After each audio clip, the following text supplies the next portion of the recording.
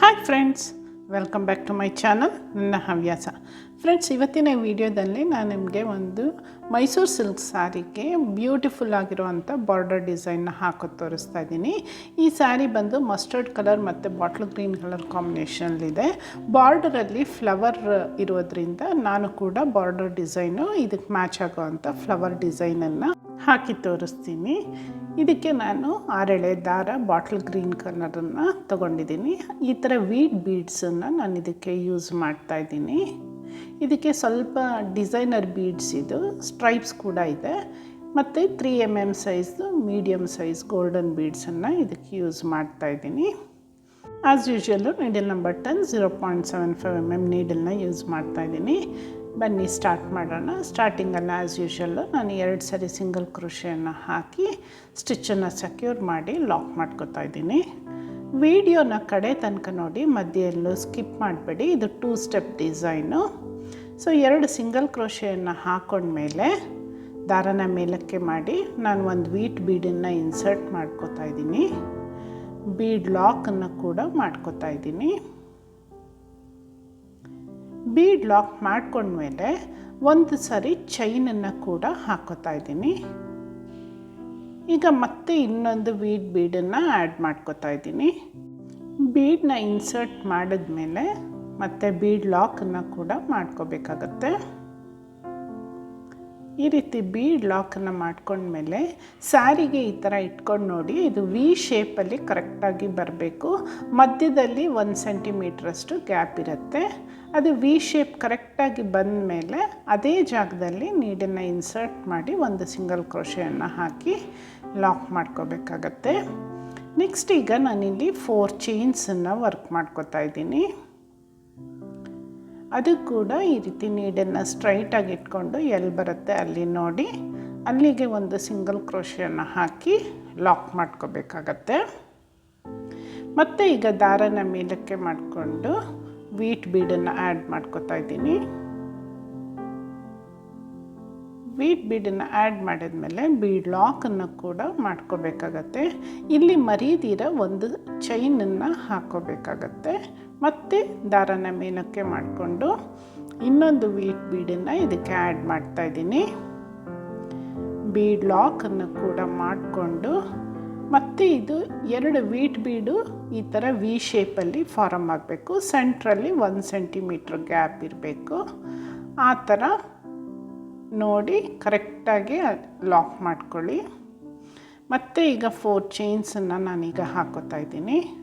ಅದು ಕೂಡ ಎಲ್ಲಿ ಬರುತ್ತೆ ಅಂತ ನೋಡಿ ಅಲ್ಲಿಗೆ ಲಾಕ್ ಮಾಡ್ಕೊಳ್ಳಿ. ಇದು ಬೇಸ್ ಲೈನ್ ಹಾಕ್ತಾ ಇರೋದು ನಾನು. ಮೇನ್ ಡಿಸೈನು ನೆಕ್ಸ್ಟ್ ಸ್ಟೆಪ್ಪಲ್ಲಿ ಬರುತ್ತೆ.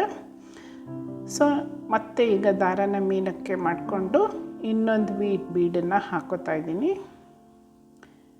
ಫ್ರೆಂಡ್ಸ್, ಇದು ಹೆಂಗೆ ಬರುತ್ತೆ ಅಂತ ಅಂದರೆ, ಒಂದು ವೀಟ್ ಬೀಡನ್ನು ಇನ್ಸರ್ಟ್ ಮಾಡಿ ಲಾಕ್ ಮಾಡಿ ಒಂದು ಚೈನನ್ನು ಹಾಕ್ಕೊಂಡು ಮತ್ತೆ ಇನ್ನೊಂದು ವೀಟ್ ಬೀಡನ್ನು ಆ್ಯಡ್ ಮಾಡಿ ಬೀಡ್ ಲಾಕನ್ನು ಮಾಡಿಕೊಂಡು ವಿ ಶೇಪಲ್ಲಿ ಅದನ್ನು ಲಾಕ್ ಮಾಡ್ಕೋಬೇಕಾಗತ್ತೆ. ನೆಕ್ಸ್ಟು ಅದ್ರ ಪಕ್ಕ 4 ಚೈನ್ಸನ್ನು ಹಾಕೋಬೇಕಾಗತ್ತೆ. ಸೇಮ್ ಸ್ಟೆಪ್ಸನ್ನು ನಾವು ಸ್ಯಾರಿ ಎಂಡ್ವರೆಗೂ ಕೂಡ ರಿಪೀಟ್ ಮಾಡಬೇಕಾಗತ್ತೆ. ಈಚ್ ಆ್ಯಂಡ್ ಎವ್ರಿ ಟೈಮ್ ನೀವು ಲಾಕ್ ಮಾಡೋಕ್ಕೆ ಮುಂಚೆ ಕರೆಕ್ಟಾಗಿ ಮೆಷರ್ ಮಾಡಿಕೊಂಡು ಲಾಕ್ ಮಾಡ್ಕೊಳ್ಳಿ. ನೀವು ಆ ರೀತಿ ಮೆಷರ್ ಮಾಡಲಿಲ್ಲ ಅಂದರೆ ರಿಂಕಲ್ಸ್ ಬರೋ ಚಾನ್ಸಸ್ ಇರುತ್ತೆ. ಸೊ ಬೇಸ್ ಲೈನನ್ನು ಆದಷ್ಟು ಮೆಷರ್ ಮಾಡಿ ನೀಟಾಗಿ ಕಂಪ್ಲೀಟ್ ಮಾಡ್ಕೊಳ್ಳಿ. ಈಗ ಇಲ್ಲಿ ಒಂದು ಸಿಂಗಲ್ ಕ್ರೋಶೆಯನ್ನು ಹಾಕಿ ಲಾಕ್ ಮಾಡ್ಕೊತಾ ಇದ್ದೀನಿ. ಸೇಮ್ ಸ್ಟೆಪ್ಸ್ನ ಎಂಡ್ ತನಕ ನೀವು ಕಂಟಿನ್ಯೂ ಮಾಡಬೇಕಾಗತ್ತೆ. ನೋಡಿ, ಈಗ ನಾನು ಸ್ಯಾರಿ ಫುಲ್ಲು ಇದೇ ರೀತಿ ವೀಟ್ ಬೀಡನ್ನು ಆ್ಯಡ್ ಮಾಡಿ ಲಾಕ್ ಮಾಡ್ಕೊಂಡಿದ್ದೀನಿ. ವೀಟ್ ಬೀಡ್ ಪಕ್ಕದಲ್ಲಿ 4 ಚೈನ್ಸನ್ನು ಹಾಕ್ಕೊಂಡಿದ್ದೀನಿ. ಎಂಡಲ್ಲಿ 3 ಚೈನ್ಸನ್ನು ಹಾಕಿ ಕಟ್ ಮಾಡಿದ್ದೀನಿ. ಈಗ ಸೆಕೆಂಡ್ ಸ್ಟೆಪ್ಪನ್ನು ಸ್ಟಾರ್ಟ್ ಮಾಡೋಣ. ಫಸ್ಟ್ ಇರುವಂಥ ವಿ ಶೇಪ್ ಡಿಸೈನ್ ಏನಿದೆ ವೀಟ್ ಬೀಡ್ ಮಧ್ಯದಲ್ಲಿ, ಅಲ್ಲಿ ಥ್ರೆಡ್ಡನ್ನು ಪೋಣಿಸಿ 1, 2ರಿಂದ 3 ನಾಟನ್ನು ಹಾಕೋಬೇಕಾಗತ್ತೆ. ಈ ಡಿಸೈನ್ಗೆ ಈ ಥರ ಲಾಕ್ ಮಾಡಿಕೊಂಡ್ರೆ ಸ್ಟಿಚ್ ಸೆಕ್ಯೂರ್ ಆಗಿರುತ್ತೆ. ಈ ಥರ 2 ಸರಿ ಲಾಕ್ ಮಾಡಿದ್ಮೇಲೆ ಅದೇ ಗ್ಯಾಪಲ್ಲಿ ನೀಡನ್ನು ಇನ್ಸರ್ಟ್ ಮಾಡಿ ದಾರನ ಎಳ್ಕೊಂಡು ಬಂದು ಒಂದು ಸರಿ ಲಾಕ್ ಮಾಡ್ಕೋತಾ ಇದ್ದೀನಿ. ನೆಕ್ಸ್ಟ್ ಈಗ 2 ಚೈನನ್ನು ನಾನು ಇದಕ್ಕೆ ಹಾಕೋತಾ ಇದ್ದೀನಿ. ನೀಡಲ್ ಮೇಲೆ ಒಂದು ಸರಿ ದಾರಾನ ಸುತ್ತಕೊಂಡು 4 ಚೈನ್ಸ್ ಏನು ಹಾಕ್ಕೊಂಡಿದ್ದೀವಿ ಅದ್ರ ಒಳಗಡೆ ನೀಡನ್ನು ಇನ್ಸರ್ಟ್ ಮಾಡಿ ದಾರಾನ ಎಳ್ಕೊಂಡು ಬಂದು 2 ರಿಂಗನ್ನು ಒಂದು ಸರಿ ಲಾಕ್ ಮಾಡಿಕೊಂಡು ಮತ್ತು 2 ರಿಂಗನ್ನು ಇನ್ನೊಂದು ಸರಿ ಲಾಕ್ ಮಾಡ್ಕೋಬೇಕಾಗತ್ತೆ. ಸೊ ಇದು ಒಂದು ಡಬಲ್ ಕ್ರೋಶೆ ಆಗುತ್ತೆ. ಮತ್ತು ನೀಡಲ್ ಮೇಲೆ ಥ್ರೆಡ್ನ ತಗೊಂಡು ಸೇಮ್ 4 ಚೈನ್ ಗ್ಯಾಪಲ್ಲಿ ನೀಡನ್ನು ಇನ್ಸರ್ಟ್ ಮಾಡಿ ಇನ್ನೊಂದು ಡಬಲ್ ಕ್ರೋಶೆಯನ್ನು ನಾನಿಲ್ಲಿ ಹಾಕೋತಾ ಇದ್ದೀನಿ. 2 ಡಬಲ್ ಕ್ರೋಶೆಯನ್ನು ಹಾಕೊಂಡ್ಮೇಲೆ ಈಗ ದಾರಾನ ಸ್ವಲ್ಪ ಮೇಲಕ್ಕೆ ಮಾಡಿಕೊಂಡು ಒಂದು 3 mm size medium size golden bead ಏನು ತೊಗೊಂಡಿದ್ದೀನಿ ಅದನ್ನು ಇನ್ಸರ್ಟ್ ಮಾಡ್ಕೋತಾ ಇದ್ದೀನಿ. ಈ ರೀತಿ ಬೀಡನ್ನ ಇನ್ಸರ್ಟ್ ಮಾಡ್ಕೊಂಡ್ಮೇಲೆ ಬೀಡ್ ಲಾಕನ್ನು ಕೂಡ ಮಾಡಿಕೊಂಡು ಮತ್ತು ನೀಡಿಲ್ ಮೇಲೆ ಒಂದು ಸರಿ ದಾರಾನ ಸುತ್ತಕೊಂಡು ಸೇಮ್ 4 ಚೈನ್ ಗ್ಯಾಪಲ್ಲಿ ಇನ್ನೊಂದು ಡಬಲ್ ಕ್ರೋಶೆಯನ್ನು ವರ್ಕ್ ಮಾಡ್ಕೋಬೇಕಾಗತ್ತೆ. ಮತ್ತು ನೀಡಿಲ್ ಮೇಲೆ ಥ್ರೆಡ್ನ ಸುತ್ತಕೊಂಡು ಸೇಮ್ 4 ಚೈನ್ ಗ್ಯಾಪಲ್ಲಿ ಇನ್ನೊಂದು ಡಬಲ್ ಕ್ರೋಶೆಯನ್ನು ವರ್ಕ್ ಮಾಡ್ಕೋಬೇಕಾಗತ್ತೆ. ನಾವು 4 ಚೈನ್ಸ್ ಏನು ಹಾಕ್ಕೊಂಡಿದ್ದೀವಿ ಅಲ್ಲಿ 2 ಡಬಲ್ ಕ್ರೋಶೆ ಆದಮೇಲೆ ಒಂದು ಬೀಡನ್ನು ಹಾಕ್ಕೊಂಡು ಮತ್ತೆ 2 double crochet, totally 4 double crochet work ಮಾಡ್ಕೋಬೇಕಾಗತ್ತೆ. ನೆಕ್ಸ್ಟ್ ಈಗ 4 ಚೈನ್ಸನ್ನು ಮತ್ತೆ ಹಾಕೋತಾ ಇದ್ದೀನಿ. ಈಗ ರಿವರ್ಸ್ ಸೈಡಿಂದ ಟರ್ನ್ ಮಾಡಿ ನಾವು ಫಸ್ಟ್ ಡಬಲ್ ಕ್ರೋಶೆ ಏನು ಹಾಕ್ಕೊಂಡಿದ್ದೀವಿ ಆ ಚೈನಲ್ಲಿ ನೀಡನ್ನು ಇನ್ಸರ್ಟ್ ಮಾಡಿ ಲಾಕ್ ಮಾಡ್ಕೋತೀನಿ. ನೆಕ್ಸ್ಟು 2 ಚೈನನ್ನು ಹಾಕ್ಕೊಂಡು 2 ವೀಟ್ ಮಧ್ಯೆ ಒಂದು ಸಿಂಗಲ್ ಚೈನ್ ಹಾಕಿರ್ತೀವಲ್ಲ ಆ ಗ್ಯಾಪಲ್ಲಿ ನೀಡಲ್ನ ಇನ್ಸರ್ಟ್ ಮಾಡಿ ದಾರಾನ ಎಳ್ಕೊಂಡು ಬಂದು ಇನ್ನೊಂದು ಸರಿ ಲಾಕ್ ಮಾಡ್ಕೋಬೇಕಾಗತ್ತೆ. ಸೊ ಈಗ ಮತ್ತೆ ಸ್ಯಾರಿನ ಫ್ರಂಟ್ ಸೈಡ್ಗೆ ಟರ್ನ್ ಮಾಡಿಕೊಂಡು ದಾರಾನ ಮೇಲಕ್ಕೆ ಮಾಡಿಕೊಂಡು ಒಂದು 3 mm ಸೈಜ್ ಗೋಲ್ಡನ್ ಬೀಡನ್ನ ಇದಕ್ಕೆ ಆ್ಯಡ್ ಮಾಡ್ಕೋತಾ ಇದ್ದೀನಿ. ಬೀಡ್ ಲಾಕನ್ನು ಕೂಡ ಮಾಡಿಕೊಂಡು ನೀಡಿನ ಮೇಲೆ ಒಂದು ಸರಿ ಥ್ರೆಡ್ನ ತಗೊಂಡು ನಾವು 4 ಚೈನ್ ಏನು ವರ್ಕ್ ಮಾಡ್ಕೊಂಡಿರ್ತೀವಿ ಬೀಡ್ ಮೇಲೆ ಅಲ್ಲಿ ನೀಡಲ್ನ ಇನ್ಸರ್ಟ್ ಮಾಡಿ ಒಂದು ಡಬಲ್ ಕ್ರೋಶೆಯನ್ನು ವರ್ಕ್ ಮಾಡ್ಕೋತಾ ಇದ್ದೀನಿ. ಮತ್ತು ಈಗ 3 ಚೈನ್ಸನ್ನು ಆ್ಯಡ್ ಮಾಡಿ ರಿವರ್ಸ್ ಸೈಡ್ಗೆ ಟರ್ನ್ ಮಾಡಿ ನಾವೀಗಾಗಲೇ ಫಸ್ಟ್ ಟೈಮ್ ಲಾಕ್ ಮಾಡಿರ್ತೀವಲ್ಲ ಅಲ್ಲೇ ನೀಡಲ್ನ ಇನ್ಸರ್ಟ್ ಮಾಡಿ ಇನ್ನೊಂದು ಸಾರಿ ಲಾಕ್ ಮಾಡ್ಕೋಬೇಕಾಗತ್ತೆ. ಈಗ ಸೆಕೆಂಡ್ ಬೀಡ್ ಮೇಲೆ ನಾವು 3 ಚೈನ್ಸ್ ಏನು ಹಾಕ್ಕೊಂಡಿದ್ದೀವಿ ಅದಕ್ಕೆ ಸಿಂಗಲ್ ಕ್ರೋಶೆನ ವರ್ಕ್ ಮಾಡ್ತಾ ಹೋಗಬೇಕಾಗತ್ತೆ. 2 single crochet, 3 single crochet,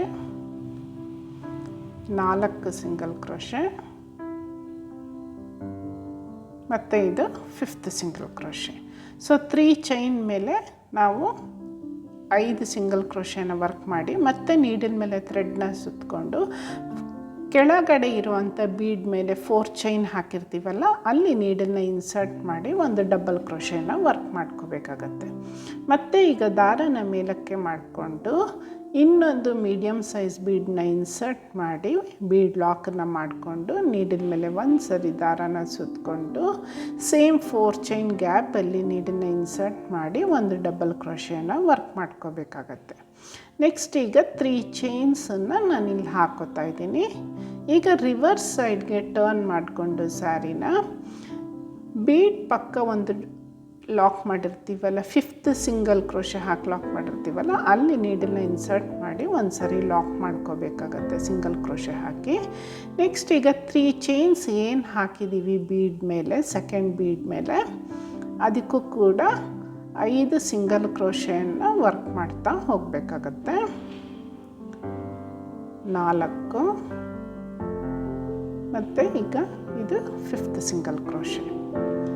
5 single crochet ಆದಮೇಲೆ ನೀಡಲ್ ಮೇಲೆ ಮತ್ತೆ ದಾರಾನ ಸುತ್ತಕೊಂಡು ನಾವು ಕೆಳಗಡೆ ಒಂದು ಬೀಡ್ಗೆ 4 ಚೈನ್ ಹಾಕಿರ್ತೀವಲ್ಲ ಅಲ್ಲಿ ನೀಡಲ್ನ ಇನ್ಸರ್ಟ್ ಮಾಡಿ ಒಂದು ಡಬಲ್ ಕ್ರೋಶೆಯನ್ನು ವರ್ಕ್ ಮಾಡ್ಕೋಬೇಕಾಗತ್ತೆ.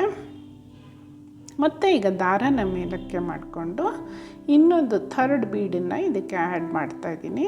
ಬೀಡ್ ಲಾಕನ್ನು ಮಾಡಿಕೊಂಡು ನೀಡಲ್ ಮೇಲೆ ಒಂದು ಸರಿ ದಾರಾನ ಸುತ್ತಕೊಂಡು ಕೆಳಗಡೆ ಇರುವಂಥ 4 ಚೈನ್ ಒಳಗಡೆ ನೀಡಲ್ನ ಇನ್ಸರ್ಟ್ ಮಾಡಿ ಒಂದು ಡಬಲ್ ಕ್ರೋಶೆಯನ್ನು ವರ್ಕ್ ಮಾಡ್ಕೋಬೇಕಾಗತ್ತೆ. ನೆಕ್ಸ್ಟ್ ಈಗ 3 ಚೈನ್ಸನ್ನು ಹಾಕೋತಾ ಇದ್ದೀನಿ. ಈಗ ರಿವರ್ಸ್ ಸೈಡ್ಗೆ ಟರ್ನ್ ಮಾಡಿಕೊಂಡು ನಾವು ಈಗಾಗಲೇ 5th ಸಿಂಗಲ್ ಕ್ರೋಶೆ ಹಾಕಿ ಲಾಕ್ ಮಾಡಿರ್ತೀವಲ್ಲ ಸೆಕೆಂಡ್ ಬೀಡ್ಗೆ, ಅಲ್ಲಿ ನೀಡಲ್ನ ಇನ್ಸರ್ಟ್ ಮಾಡಿ ಒಂದು ಸರಿ ಲಾಕ್ ಮಾಡ್ಕೋಬೇಕಾಗತ್ತೆ. ಮತ್ತು ಈಗ ಥರ್ಡ್ ಬೀಡ್ ಮೇಲೆ ಏನು 3 ಚೈನಿನ ಆರ್ಚ್ ಹಾಕ್ಕೊಂಡಿದ್ದೀವಿ, ಅದಕ್ಕೆ 5 ಸಿಂಗಲ್ ಕ್ರೋಶೆಗಳನ್ನ ವರ್ಕ್ ಮಾಡ್ತಾ ಹೋಗಬೇಕಾಗತ್ತೆ. ಸೊ ಇದು ಥರ್ಡ್, ಫೋರ್ತ್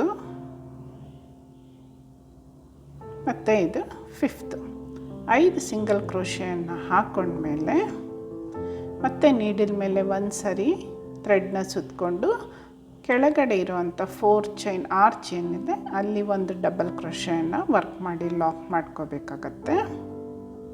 ಈಗ ನೆಕ್ಸ್ಟ್ ಇರೋವಂಥ ಟ್ರಯಾಂಗಲ್ ಶೇಪ್ ವೀಟ್ ಬೀಡ್ ಏನು ಹಾಕಿದ್ದೀವಿ ಅದ್ರ ಮಧ್ಯೆ ಒಂದು ಚೈನ್ ಇರುತ್ತಲ್ಲ, ಅಲ್ಲಿ ನೀಡನ್ನು ಇನ್ಸರ್ಟ್ ಮಾಡಿ ಒಂದು ಸರಿ ಲಾಕ್ ಮಾಡ್ಕೋತಾ ಇದ್ದೀನಿ.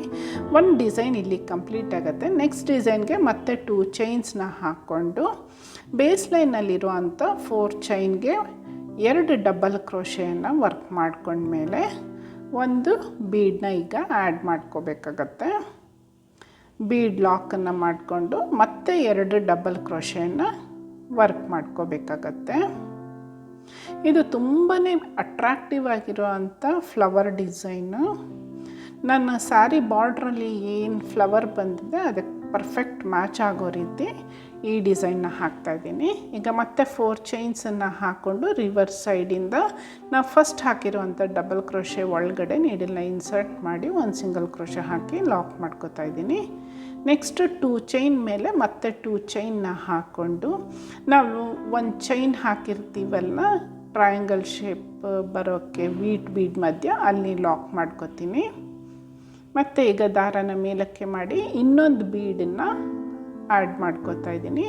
ಬೀಡ್ ಲಾಕನ್ನು ಮಾಡಿಕೊಂಡು ಮತ್ತೆ ನೀಡಿದ ಮೇಲೆ ಒಂದು ಸರಿ ದಾರನ ಸುತ್ತಕೊಂಡು 4 ಚೈನ್ ಆರ್ಚ್ ಒಳಗಡೆ ನೀಡನ್ನು ಇನ್ಸರ್ಟ್ ಮಾಡಿ ಒಂದು ಡಬಲ್ ಕ್ರೋಶೆ ಹಾಕ್ಕೊಂಡು ಮತ್ತೆ 3 ಚೈನ್ಸ್ನ ಹಾಕ್ಕೊಂಡು ರಿವರ್ಸ್ ಸೈಡಿಂದ ಸೇಮ್ 1 ಚೈನ್ ಗ್ಯಾಪ್ ಏನಿರುತ್ತೆ ಅಲ್ಲಿ ಲಾಕ್ ಮಾಡ್ಕೋತೀನಿ. ಈಗ ಸೆಕೆಂಡ್ ಬೀಡ್ ಮೇಲೆ ನಾವು ಸೆಕೆಂಡ್ ರೋನಲ್ಲಿ ಬೀಡ್ ಹಾಕಿರ್ತೀವಲ್ಲ ಅದ್ರ ಮೇಲೆ 3 ಚೈನ್ ಹಾಕಿರ್ತೀವಲ್ಲ ಅಲ್ಲಿ ನಾವು 5 ಸಿಂಗಲ್ ಕ್ರೋಶೆಯನ್ನು ವರ್ಕ್ ಮಾಡ್ಕೋಬೇಕಾಗತ್ತೆ. ಇದು ತುಂಬಾ ಬ್ಯೂಟಿಫುಲ್ ಆಗಿರುವಂಥ ಫ್ಲವರ್ ಡಿಸೈನು. ಇದಕ್ಕೆಲ್ಲೂ ಕುಚ್ಚನ್ನು ನಾನು ಹಾಕ್ತಾ ಇಲ್ಲ.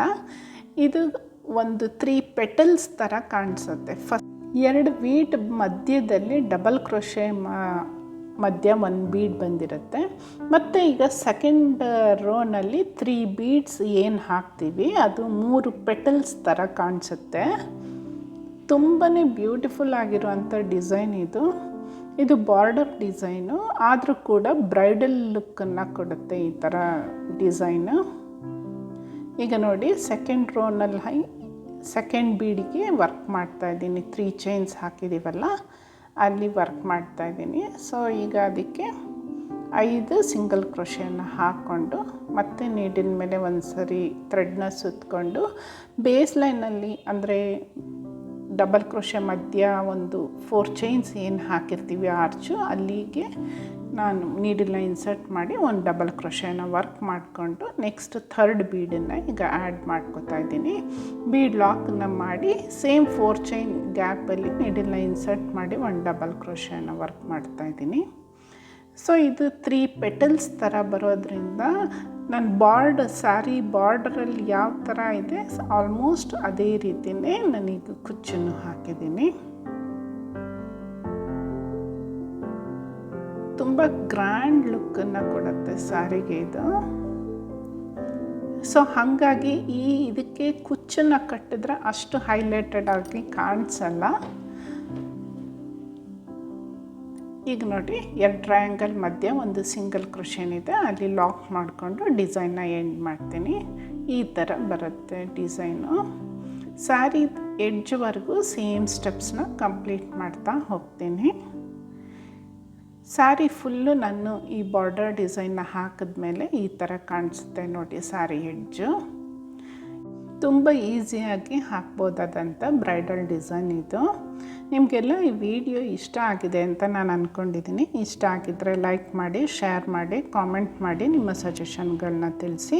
ಹಾಗೆ ಬೆಲ್ ಐಕಾನನ್ನು ಒತ್ತಿ ನನ್ನ ಈ ಚಾನಲ್ಗೂ ಕೂಡ ಸಬ್ಸ್ಕ್ರೈಬ್ ಆಗ್ತೀರಾ ಅಂತ ಅಂದ್ಕೊಂಡಿದ್ದೀನಿ. Thank you for watching.